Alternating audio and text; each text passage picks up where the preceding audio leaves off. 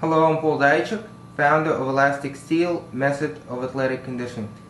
Last time I talked about martial arts, core conditioning, and back pain. Okay, so I didn't say the leg curls were dangerous, as some people might have thought. All I said that they could be dangerous if the abdominals are fatigued.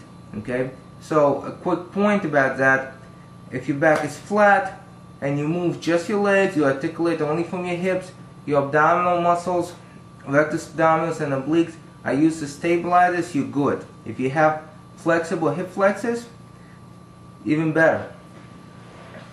If you see a student that opens up the back, obviously what to do is to get the crunches, the leg lifts, okay? To have the abdominal stabilized. But at the same time, have your students here, have them move the legs down as much as they can. The second you feel or you see or they feel or they see that the back is coming up, have them stop and come back.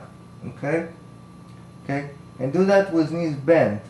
Even before you would start bring the legs lower and lower till you can bring them all the way to the floor and back without the arch. Okay? That's about that.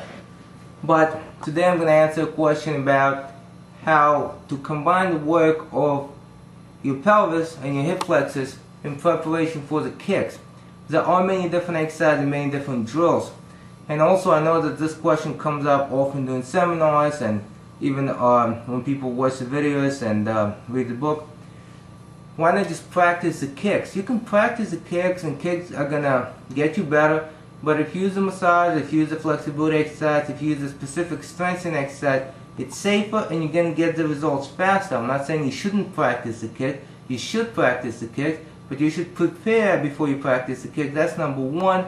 And number two, after you practice your kick, you should perform certain exercises at the end of the session that will improve your kicks later on as time goes by, and they're going to improve faster. Okay? So now to the exercise. When you throw a kick, let's talk about the front kick, for example. Okay? The pelvis articulates,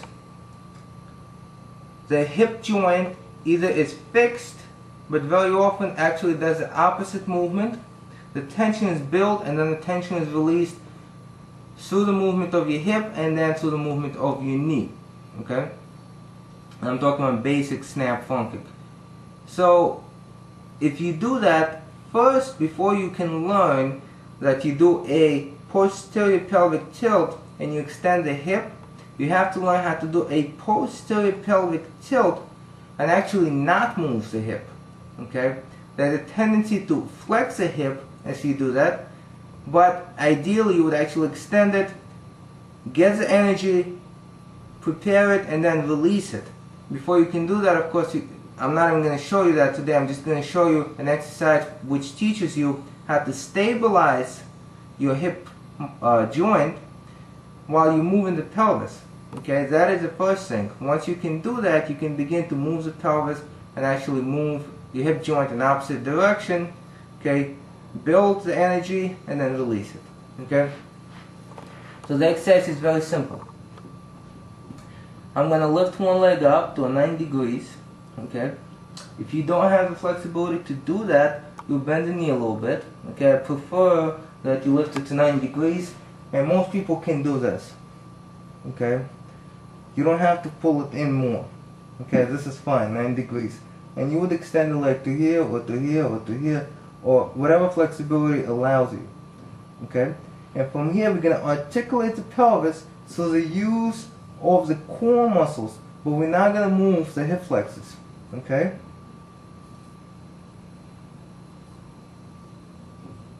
Okay? So technically, you see my leg moving? It's not the hip joint. Okay, same thing on the other side.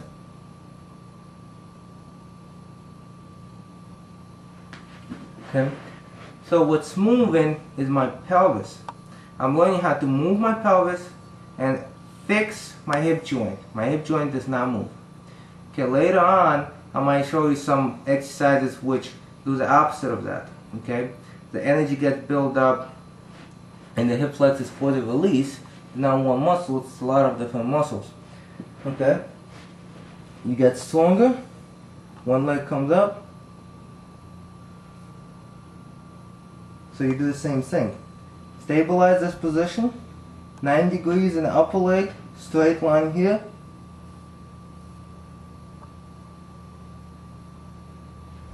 Okay? And it's a very small movement. But when you saw that kick, okay, this right here is enough to accelerate that kick. Okay, once again, you will learn how to move the pelvis, and at the same time, your hip joint will actually extend instead of flexing, building up the energy. But this is just a basic exercise for you to try. And once you get better at it, do not do it before you kick in the same session. Do it after you practice your kicks. You will notice that your kicks again get better. It doesn't just depend on that. It depends on a lot of different flexibility, stability, balance, and other things. But this is just one exercise for you to try. Thank you for watching.